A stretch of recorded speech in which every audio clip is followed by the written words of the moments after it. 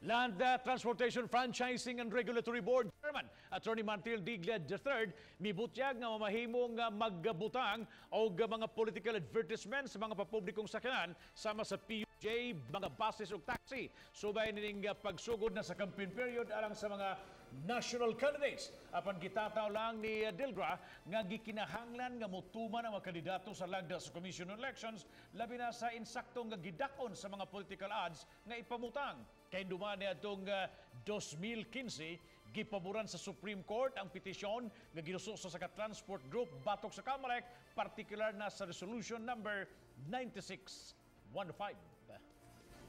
Aside from paying the required fee and filing the petition, the required petition with the LTFRB, kinahanglan mo subay po sila sa patakaran sa COMELEC. Ang naibawan nato nga pag-abot sa stickers, it should not be bigger than 8.5 by 11 inches. And for streamers, it should not be bigger than 2 feet by 3 feet.